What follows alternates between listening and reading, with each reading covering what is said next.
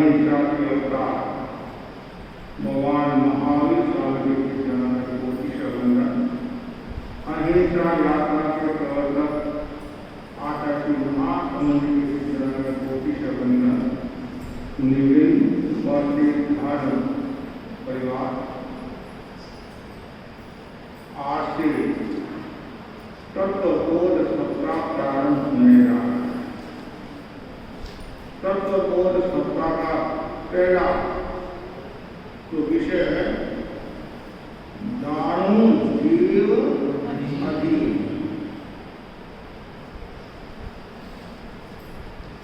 10वें वाले सूत्र की महत्वपूर्ण गाथा है। जो जीवे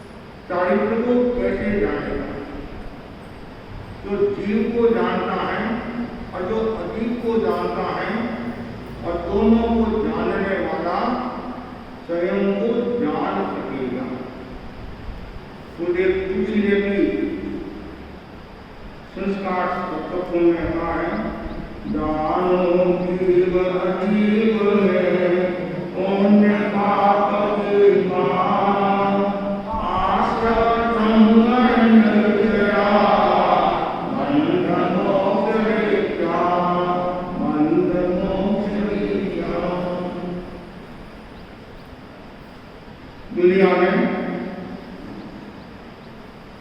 अनेक दर्शन हैं,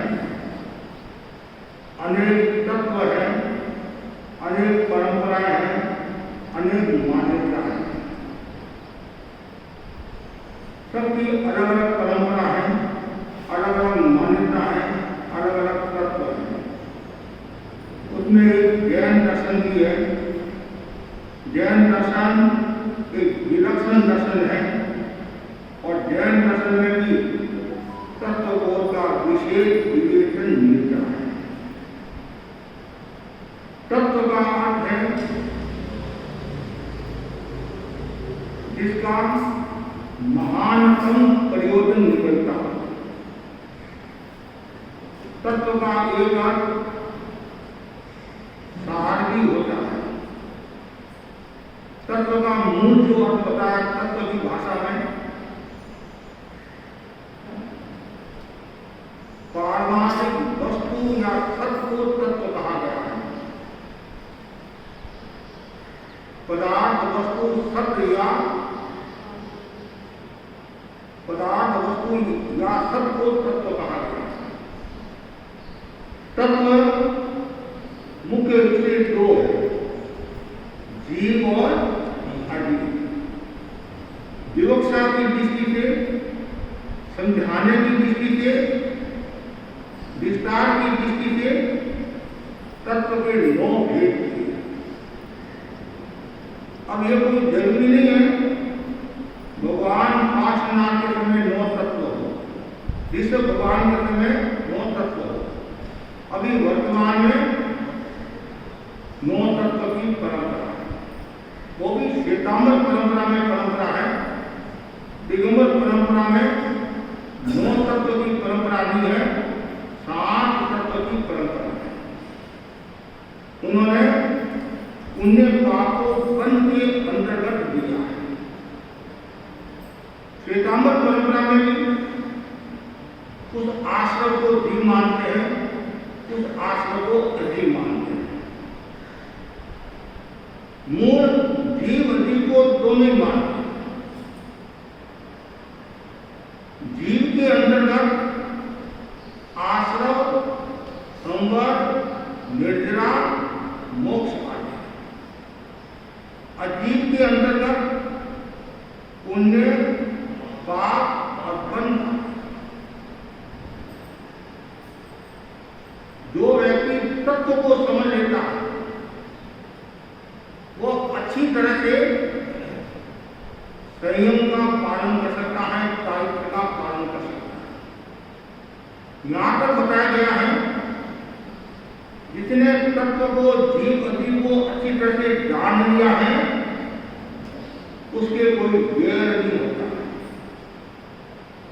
वैर किसके होता है, शत्रुता किसके होती है, तो जीव अजीव को जिसने जाना नहीं।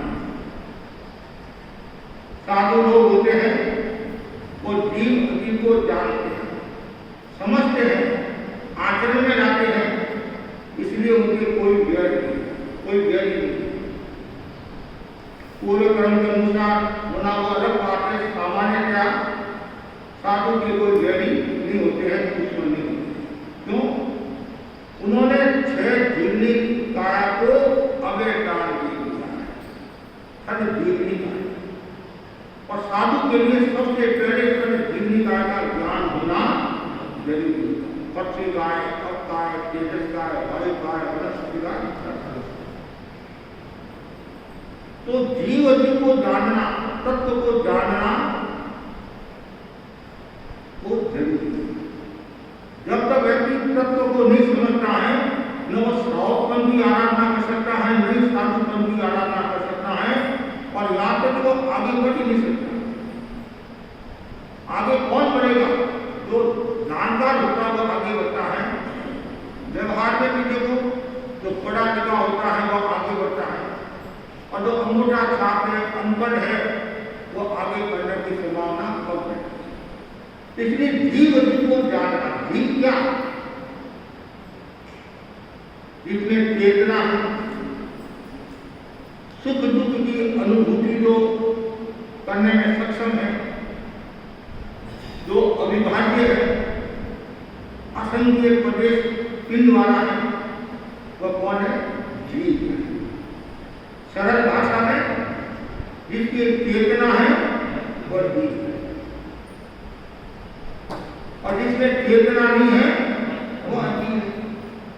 जड़ पदार्थ ये सब अजीव है। ऐसे जीव पदार्थ भी है, जैसे अजीव पदार्थ भी है। जीव 2 प्रकार का है, सिद्ध और संसारी। सिद्ध जीव वे होते हैं जिन्होंने कर्मों का अक्षय कर दिया, आत्मस्वरूप में अवस्थित हो गए, मोक्ष पदार्थ के और जन्म मरण की परंपरा के मुक्त हो गए। संसारी जीव जो संसार में परिभ्रमण कर रहे हैं, संसरती ही संसार, संसार में घूम रहे हैं, वे संसारी जीव कहलाते हैं। और संसारी जीव नाना प्रकार के हैं, सूक्ष्म और बालक। सूक्ष्म से तात्पर्य है जो आंखों से दिखाई नहीं देता,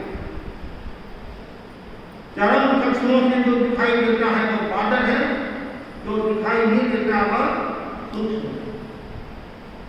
ये पूरा लोक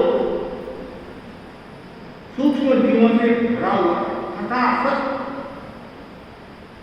और बालक जीव लोक के एक भाग में विभक्त, एक भाग में। एकंद्रीय जीव सूक्ष्म और बालक दोनों होते हैं, और बाकी के सारे जीव बालक। फिर जीव के 2 प्रकार और हैं, त्रस्त और स्थावर। त्रस्त का अर्थ है सुख की प्रवृत्ति और दुख की निवृत्ति के लिए एक स्थान से दूसरे स्थान पर जाते हैं,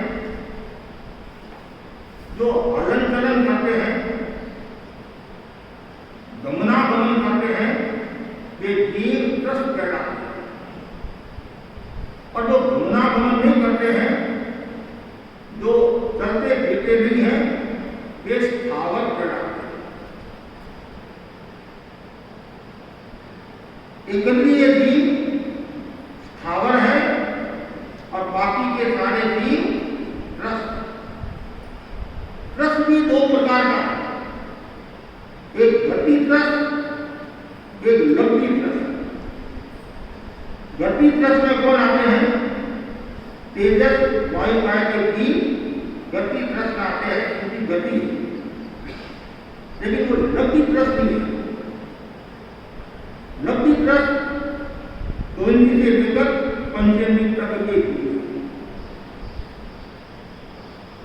तो रस काय के जीव हलन चलन आदि करते हैं, स्थावर काय के जीव हलन चलन आदि करते हैं। फिर जीव दो प्रकार के, सन्नी और असन्नी। जिनके मन होता है वे जीव सन्नी कहलाते हैं, और जिनके मन नहीं होता है वे जीव असन्नी कहलाते हैं। जो गर्भ से जीव पैदा होते हैं वे सन्नी कहलाते हैं। गर्भवत मनुष्य और गर्भवत तिर्यंस ये सन्नी है। देवता और नाती के जीव भी सन्नी है, वो गर्भस्थ तो नहीं है। उनके जन्म को क्या बोलते हैं? औपातिक, अचानक घटित घटना। उनको भी भगवान ने सन्नी माना है, उनके मन। असन्नी में कौन आते हैं? एकत्रीय जीव से लेकर असन्नी पंचेंद्रिय तक के जीव असन्नी में आते हैं। पक्षी काय, अपकाय, तेजस काय, वायु काय, वनस्पति काय, तस काय, गोली, तेंद्री, चतुरेंद्री, असन्नी पंचेंद्री। ये कीड़े, मकोड़े, हाथी आदि भी असन्नी पंचेंद्री होते हैं। यहाँ तो नहीं है, वन क्षेत्र में जो नजर नहीं आते हैं, लेकिन मेढक नजर आते हैं, वो असन्नी पंचेंद्री है। और दोनों है, सन्नी भी है, असन्नी भी है। सांप, कभी कभी आपने सुना हो, देखा हो, सांप बरसात के समय सांपों की बरसात होती है, तो वो सांप असन्नी की संभावना है। बरसात के समय मेढक हो जाते, कितने होते एक साथ छोटे छोटे, वो असन्नी की संभावना। और ऐसे अढ़ाई के बाहर असन्नी पंचेंद्री को जो उदाहरण आता है मगरमच्छ का, एक एक हजार भोजन वाले मगरमच्छ असन्नी। और सन्नी में गर्भवत मनुष्य, गर्भवत तिर्यंस, नाती और देवता के लिए सन्नी। फिर जीव दो प्रकार के, भवी और अभवी, भव्य और अभव्य। भव्य भव्य से क्या तात्पर्य है? जो मोक्ष जाने की योग्यता रखता है वो भव्य, भव्य बोल दो। और जो मोक्ष जाने की योग्यता नहीं रखता है वो है अभव्य। अब क्या पता हम भव्य है अभव्य? मुनि मोहन लाल आगे जब वो गृहस्थ जीवन में थे, उन्होंने अपने बड़े पिताजी को पूछा, मैं भवी हूं अभवी? बड़े मार्मिक उत्तर दिया चतुर्भुज हिरण ने, मोहन तुम्हारे मन में जो जिज्ञासा जगी, इसका मतलब ही तुम भवी। अभवी के कभी जिज्ञासा नहीं होगी, कभी उनके मन में नहीं आया। और अभवी भी तुम अनंत अभवी, एक भी अनंत अभवी। एक उदाहरण आता है भवी अभवी का। ऐसे तो कई अभवी भी आपको पता होगा। भगवान महावीर को जिसने कष्ट दिया, किसने कष्ट दिया था? सन्नु ने, वो सन्नु अभवी था। पार्श्वनाथ को जिसने कष्ट दिया, कमठ ने, वो भी अभवी था। अंगार मदन आचार्य, वो भी अभवी थे। पालक अभवी था। ऐसे करके 8 का उल्लेख आता है। जो मैं इनको घटना सुना रहा हूं, अंगार मर्दन आचार्य, क्या नाम? अंगार मर्दन आचार्य, एक राजा था। राजा को सपना आया, एक सूअर 500 हाथियों को खींच रहा है। राजा ने सोचा ये उल्टा हो क्या बात, सपना होता है लेकिन कभी सच भी हो जाता है। अब कुछ लोगों को सपने बहुत आते हैं, नींद की कमी के कारण, नींद की खराबी के कारण सपने आते हैं। जिनको रोजाना सपने आते रहते हैं इतना मूल्य नहीं, जिनको कभी कभी सपना आता है उनका एक मूल्य होता है। प्रथम पहर में जो सपना आता है उसका अलग मूल्य है, द्वितीय पहर में जो सपना आता है रात के, तृतीय पहर में, चतुर्थ पहर में वही सूर्योदय के आसपास सपना आता है। किसी ने सपने में नाग देवता देखा, किसी ने और कुछ देखा, सबका अलग अलग अर्थ है, अलग अलग अर्थ है। राजा ने सोचा परीक्षा करना, मेरे को सपना आया, इसका फल तो मुझे ध्यान में होना चाहिए, परिणाम तो योग ऐसा हुआ। उसी दिन अंगार मर्दन आचार्य 500 शिष्यों के साथ नगरी में गए। राजा ने उनका स्वागत किया, राजा ने व्यवस्था की। हमारा नियम है सूर्यास्त के आसपास परिष्टापन के लिए, पेशाब आदि परिष्टापन के लिए पहले स्थान देखना होता है। हरियाली आदि तो नहीं है, जीव जंतु आदि तो नहीं है, देख कर फिर हम हमारी क्रिया करते हैं, प्रतिक्रमण आदि और फिर आवश्यकता होती है परिष्टापन के लिए। उसमें राजा के मन में न जाने क्या भावना आई, संतों ने सब देख लिया और संतों ने जगह देख ली, स्थान देख लिया, वो अपने प्रतिक्रमण में लगे। इसलिए राजा के मन में आया, मैंने जो सपना देखा था उसकी परीक्षा तो उसने, राजा ने क्या किया, कोलसा होता है, कोलसा कोयला होता है, वो जगह जगह कोयला बिछा दिया, खूब कोयला। संतों ने क्या परिष्टापन की जगह देखी थी, वहां कोयले अंधेरा हो गया। संत परिष्टापन करने के लिए जाते हैं और जैसे पैर आता है तो कोयला की आवाज, जैसे जीवों की आवाज आती है, कई आवाज आती है। संतों के मन में आया क्या हुआ, अभी तो हमने स्थान का प्रतिलेखन किया, कोई जीवोत्पत्ति नहीं की, लगता है कोई जीवोत्पत्ति होगी, आवाज आई, ऐसे आवाज, जीवों की आवाज ऐसे।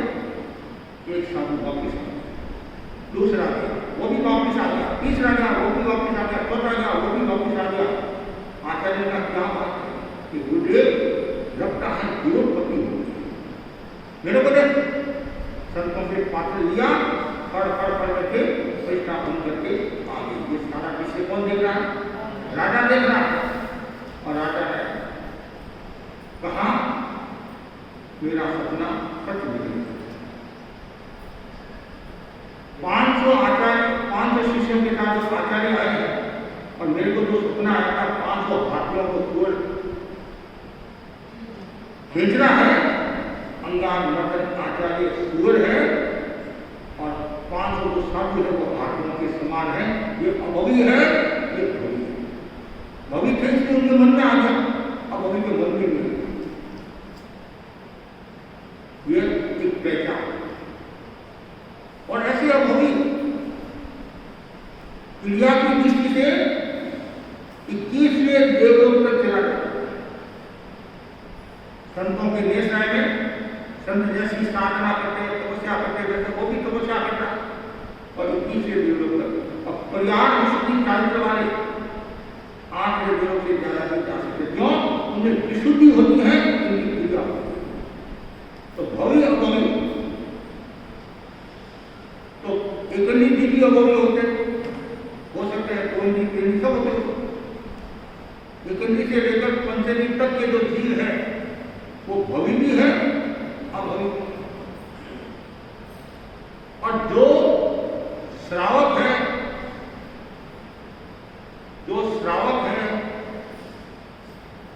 जो साधु है, वीतराग है, सम्यक दृष्टि है, वो सब भवी है। अभवी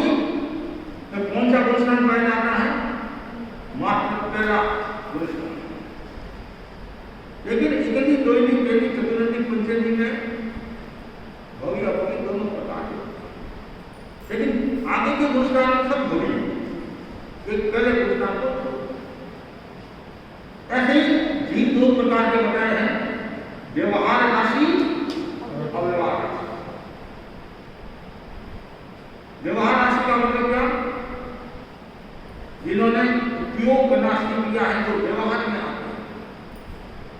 व्यवहार राशि का मतलब क्या? जिन्होंने अपनी व्यवहार सीखा ही नहीं है, देखा ही नहीं। और व्यवहार राशि के भी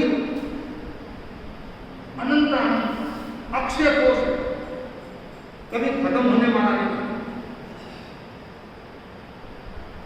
और व्यवहार राशि के भी कौन होते हैं? वनस्पति गायत्री, वनस्पति में भी साधारण वनस्पति, तो सूक्ष्म निबोध के जो जीव होते हैं, और व्यवहार राशि में सूक्ष्म निबोध के जीव आते हैं। एक है पादन निबोध, एक है सूक्ष्म निबोध। और व्यवहार राशि में सूक्ष्म निबोध के जीव। अब व्यवहार राशि में जीव कब आता है? जब जीव मोक्ष में जाता है। 10 जीव मोक्ष में गए, 15 जीव मोक्ष में गए, जितने जीव मोक्ष में गए उतने अव्यवहार राशि से व्यवहार राशि में आएंगे। ये एक सिद्धांत की बात है। उसमें एक प्रश्न भरा होता है कि जो अव्यवहार राशि से व्यवहार राशि में आते हैं वो भवी आते हैं और भवी आते हैं। कुछ कहते हैं केवल भवी आते हैं और कुछ कहते हैं दोनों पर सामान्यतः भवी की संभावना है। अव्यवहार राशि के जीव होते हैं, सूक्ष्म निबोध के जो जीव होते हैं, बहुत दुख में जीवन, बहुत कष्ट में जीवन। कहते हैं नरक और निबोध बोलते हैं, नरक और निबोध। नरक और निबोध से बचना चाहिए। ऐसे तो सब गतियों से बचना चाहिए, मोक्ष में जाना चाहिए। नरक और निबोध में भयंकर वेदना। एक श्वासोश्वास में 17 बार जन्म मरण करते हैं। 17 बार जन्म मरण करते हैं और एक मुहूर्त में 65,536 बार जन्म मरण करते हैं। व्यवहार राशि में सूक्ष्म निबोध के भी बहुत वेदना, भयंकर वेदना। और व्यवहार राशि में कौन आते हैं? बाकी के सारे जीव जिन्होंने अव्यवहार को छोड़ा, पक्षी काय, अपकाय, तेजस काय, वायु काय, पक्षी वनस्पति, गोइंद्री, तेंद्री, चतुरेंद्री, पंचेंद्री। व्यवहार राशि वाला जीव अव्यवहार राशि में जा सकता है, लेकिन वो अव्यवहार राशि का नहीं गिना जाएगा। जिसने एक बार अव्यवहार राशि को छोड़ दिया, वापिस अव्यवहार राशि में नहीं। तो सूक्ष्म निबोध व्यवहार राशि अव्यवहार राशि जा सकता है तो सूक्ष्म निबोध की श्रेणी में है। अव्यवहार राशि का जीव नहीं है, ये एक सिद्धांत है। नरक निबोध में भी जीव गए हैं, खूब गए हैं। जहां तक बताया गया है सबके पूर्वों के ज्ञान का थोड़ा सा कम हो सकता है और 4 ज्ञान के धनी परमार्थ के वशीभूत होगा, आसक्ति के वशीभूत होगा, गंध करुणा के वशीभूत होगा, नरक और निबोध में चले 4 ज्ञान के धनी जब पूर्वों के ज्ञान। इसके कारण एक परमार्थ, विलासिता, भोग, गंध करुणा और व्यवहार राशि में ये जितने भी सामने जीव बैठे हैं ये सब व्यवहार राशि। व्यवहार राशि में भी खूब जीव है, लेकिन उससे ज्यादा व्यवहार राशि। ये सब जीव के प्रकार सूक्ष्म बादल, 10 स्थावर, शनि अशनि, भवी अभवी और व्यवहार राशि आदि। और ऐसे जीव के 14 प्रकार के बताएं। कौन से 14 प्रकार हैं? 25 को जिनको आता है 14 बोल 9 तत्वों के 115 में उन्हें जीव तत्वों के कितने वेद हैं? 14। सूक्ष्म एकंद्री के 2 वेद, अपर्याप्त पर्याप्त, बादल एकंद्री के 2 वेद, अपर्याप्त पर्याप्त, फिर गोइंद्री, तेंद्री, चतुरेंद्री आदि। तो ये जीव के 14 प्रकार हैं। इनको समझना भी जरूरी है। अपर्याप्त और पर्याप्त, जीव के 2 प्रकार हैं, अपर्याप्त और पर्याप्त। जिन जीवों ने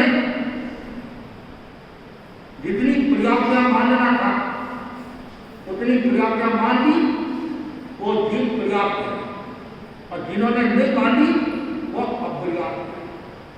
अपर्याप्त अवस्था में भी जीव मर सकता है और पर्याप्त अवस्था में भी जीव मर सकता है। जीव के 563 भेद भी बताया। ऐसे जीव का 2 प्रकार, 3 प्रकार, 4 प्रकार, 5 प्रकार, 6 प्रकार, 14 प्रकार सब है। और ऐसे जीव के 563 भेद। कौन से 563 भेद है? 4 गति के आधार, नरक के 14, पर्याप्त अपर्याप्त, पीरियड्स के 48, 48, पक्षिकाय आदि ये सब पर्याप्त अपर्याप्त आदि। मनुष्य के 303 शनि अशनि की अपेक्षा 15 कर्म भूमि, 30 अकर्म भूमि और 56 अंतर्जीव। कितने हुए? 15 और 30 43, 43 और 56 100। पर्याप्त अपर्याप्त 202 हो गए। और असली मनुष्य में अपर्याप्त होते हैं, पर्याप्त नहीं होते। तो 303। और देवता के जो 99 प्रकार बताए, वनपति, पार्मेंटर, ज्योतिष आदि ये जो 99 है, उनके पर्याप्त और अपर्याप्त कितने हुए? 198, 198। तो ये 563 भेद हो गए। तो जीव को समझना जरूरी। कभी कभी आपको पता भी नहीं चलता ये जीव है। और जीव के एक नाम में 23 नाम बताए गए।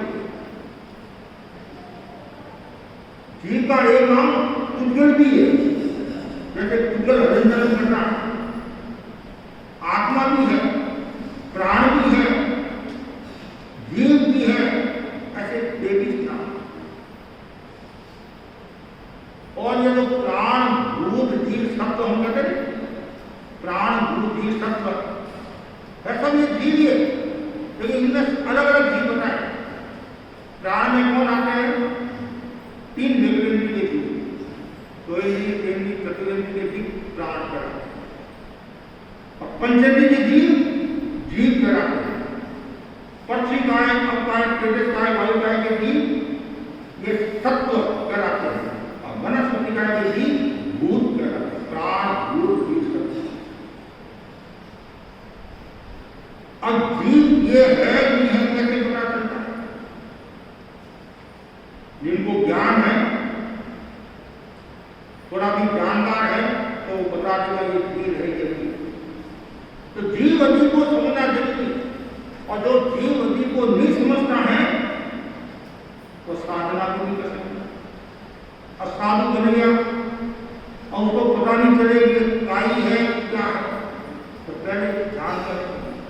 इसलिए दीक्षा से पहले 9 तत्व का ज्ञान दिया जाता है, 6 काय का ज्ञान दिया जाता है, उसी बोध का ज्ञान दिया जाता है, आवश्यक चीजों का ज्ञान दिया जाता है। आपको आगम याद हो या मत हो, तो कम से कम साधुपना लेना है, 100 की साधना करना है। तो इतना का ज्ञान तो जरूरी है। जीव अजीव का ज्ञान कभी भ्रम में हो जाते हैं। आजकल कभी ऐसे रंग आते हैं, पता नहीं चलता है, लेकिन धीरे धीरे धीरे पता चल जाता है ये जीव है। कभी ये फल फ्रूट में भी कुछ फल फ्रूट ऐसे होते हैं, छिलका और बीज निकालने के बाद में अच्छी हो जाते हैं, और कुछ ऐसे होते हैं छिलका बीज निकालने के बाद में भी अच्छी नहीं होती है। और कुछ ऐसे जीव फल होते हैं तो पता ही नहीं चलता है, छीलने के बाद में भी ये सचिव है गच्छित, सचिव है गच्छित। इसलिए इन सब का नॉलेज होना जरूरी है। और यदि नॉलेज नहीं है तो नॉलेज करना चाहिए। और कहीं शंका आती है तो उसको छोड़ देना चाहिए। कभी हम वो चीज जाते हैं, भाई कोई चीज की भावना भावी आता है, नए नए गुरु भी हो जाते हैं, तरह तरह के गुरु जाते हैं, विदेशों से भी आते हैं, भारत के भी आते हैं, नए नए गुरु लगाते हुए ये होते हैं। तो कभी कभी शंका होता है कि ये सचिव है गच्छित है, तो हम छोड़ देते हैं कि कंठ में या बड़े संतों को या जानकार उनको दूध देते हैं और वो जैसा फरमाते हैं उनको बोलते हैं ज्ञान के आधार पर। किंतु लास्ट जीव व्यवहार के आधार पर प्रसिद्ध सिद्धि गुरु भगवान। ये और ऐसे ही अधीन है जिसमें चेतना है। और पुण्य किसको कहा गया है? शुभ परम उदयम पुण्यम, जो उदय में आए हुए कर्म सुख देने वाले हैं तो वो पुण्य, और अशुभ पाप देने वाले दुख देने वाले हैं तो वो पाप हुए। तो जीव अधीन का एक जोड़ा, पुण्य पाप का एक जोड़ा। आश्रम और संबंध का एक जोड़ा। आश्रम किसको कहा गया है? कर्म गठन करना, आश्रम कर्म गठन कम। संबंध का मतलब नो एंट्री, कर्मों को रोकना। ये दरवाजा खुला है, अंदर कोई आ सकता है। तो आश्रम रूपी दरवाजा खुला है तो शुभ अशुभ कर्म आ सकते हैं। और दरवाजा को बंद कर दिया तो फिर कुछ नहीं है, नो एंट्री, कोई एंट्री नहीं। वो संबंध हो गया रोकना। निर्जरा का मतलब गेट आउट, अर्थात कर्मों को तोड़ना। किसके द्वारा? तपस्या आदि के द्वारा। बंद है, सिट डाउन, बैठ। तो बंधना शुभ अशुभ कर्म जो बंद है पुण्य पाप। और मोक्ष है एम्प्टी, खाली हो जाना। खाली हो जाना, कर्मों से खाली हो गया, कर्मों से मुक्त हो गया, वो मोक्ष है। और आचार्य भिक्षु ने एक बहुत सुंदर उदाहरण दिया नौ तत्व का। किसी को समझाना पड़े तो कैसे समझा सकते हैं? जीव एक तालाब रूप है, जीव एक तालाब रूप है।